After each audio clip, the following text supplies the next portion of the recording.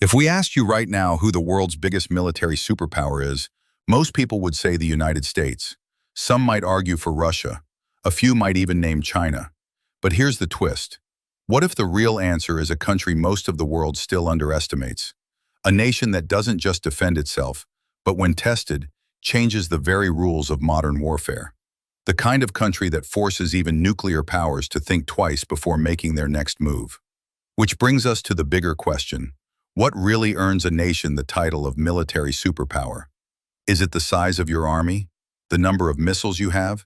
The size of your defense budget? Or is it the courage to do what no other country dares? That's exactly what we're talking about today.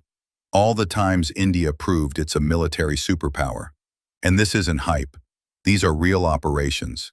Real moments when India didn't just respond to a threat, it shifted the balance of power. 3 times the old rules of war were broken. 3 times nuclear-armed rivals were forced into silence.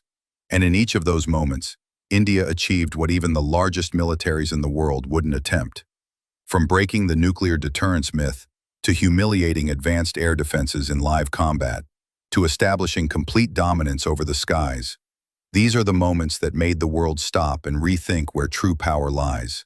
Here's how it happened. Moment 1. Breaking the nuclear deterrence myth. For decades, one unshakable rule shaped global strategy. You never directly attack a nuclear-armed state. The logic was simple. Provoke them, and you risk total annihilation.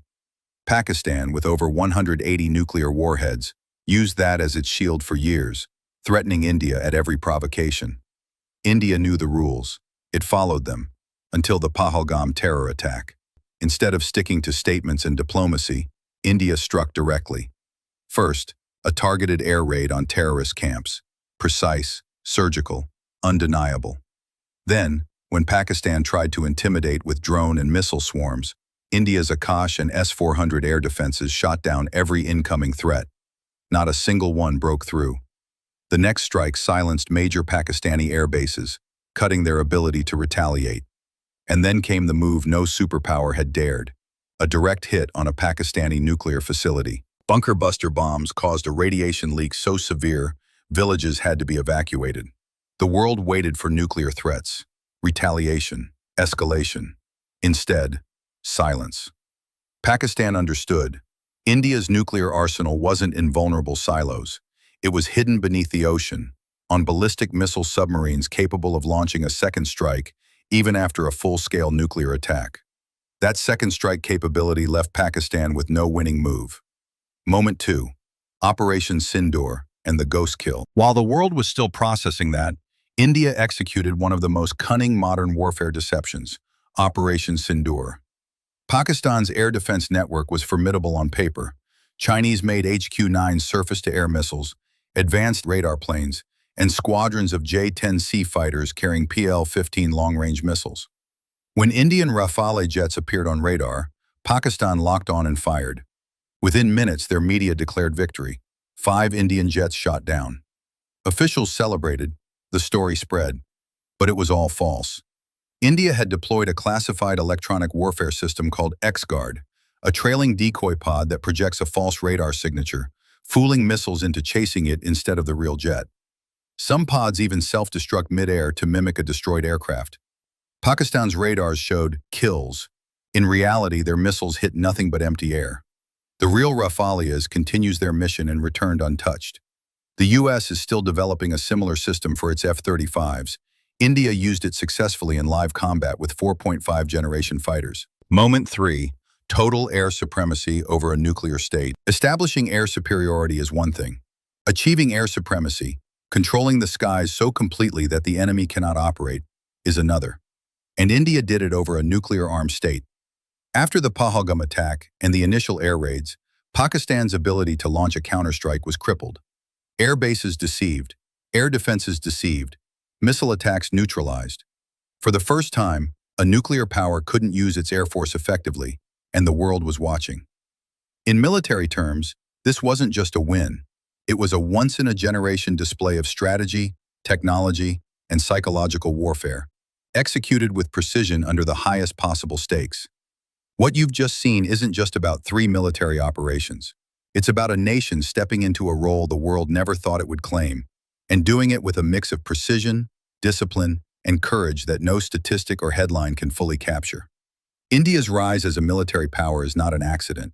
It's the result of decades of discipline, relentless training, and the quiet modernization of forces while the world's attention was elsewhere. It's born out of necessity, a necessity forged by decades of defending borders, countering threats, and standing tall in one of the most complex security environments on Earth. What makes India's strength unique isn't just the weapons it fields or the strategies it deploys, it's the mindset, the belief that restraint is not weakness, that patience is a weapon in itself, that when the moment demands, this country will not hesitate to act, and act decisively. A true superpower isn't defined by how often it fights, but by how well it fights when the stakes are highest. And India has shown the world that its military isn't just ready for war, it's ready for the wars of the future. Wars where technology and information move faster than missiles. Wars where deception can be as deadly as firepower. Wars where precision matters more than sheer size.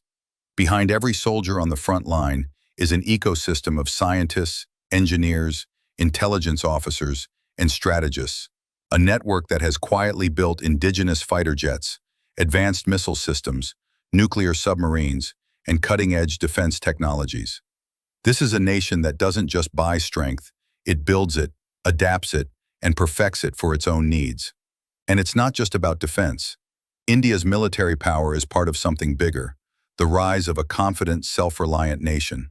A nation that can secure its borders while sending satellites into space.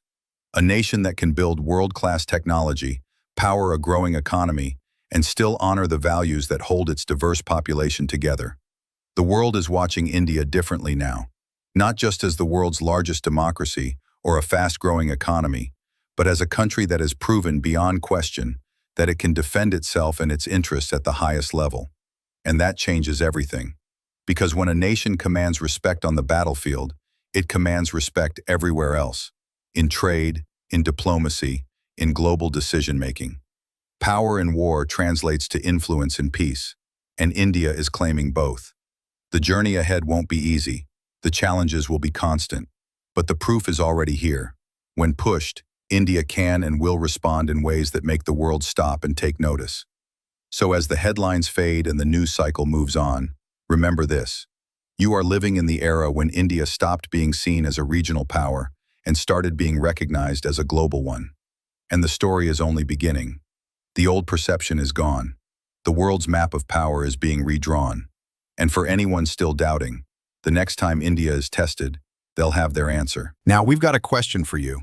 After seeing these moments, do you believe the world will openly recognize India as a military superpower in our lifetime? Or will it keep pretending until the next shock forces them to admit it? Drop your answer in the comments. We will be reading them all.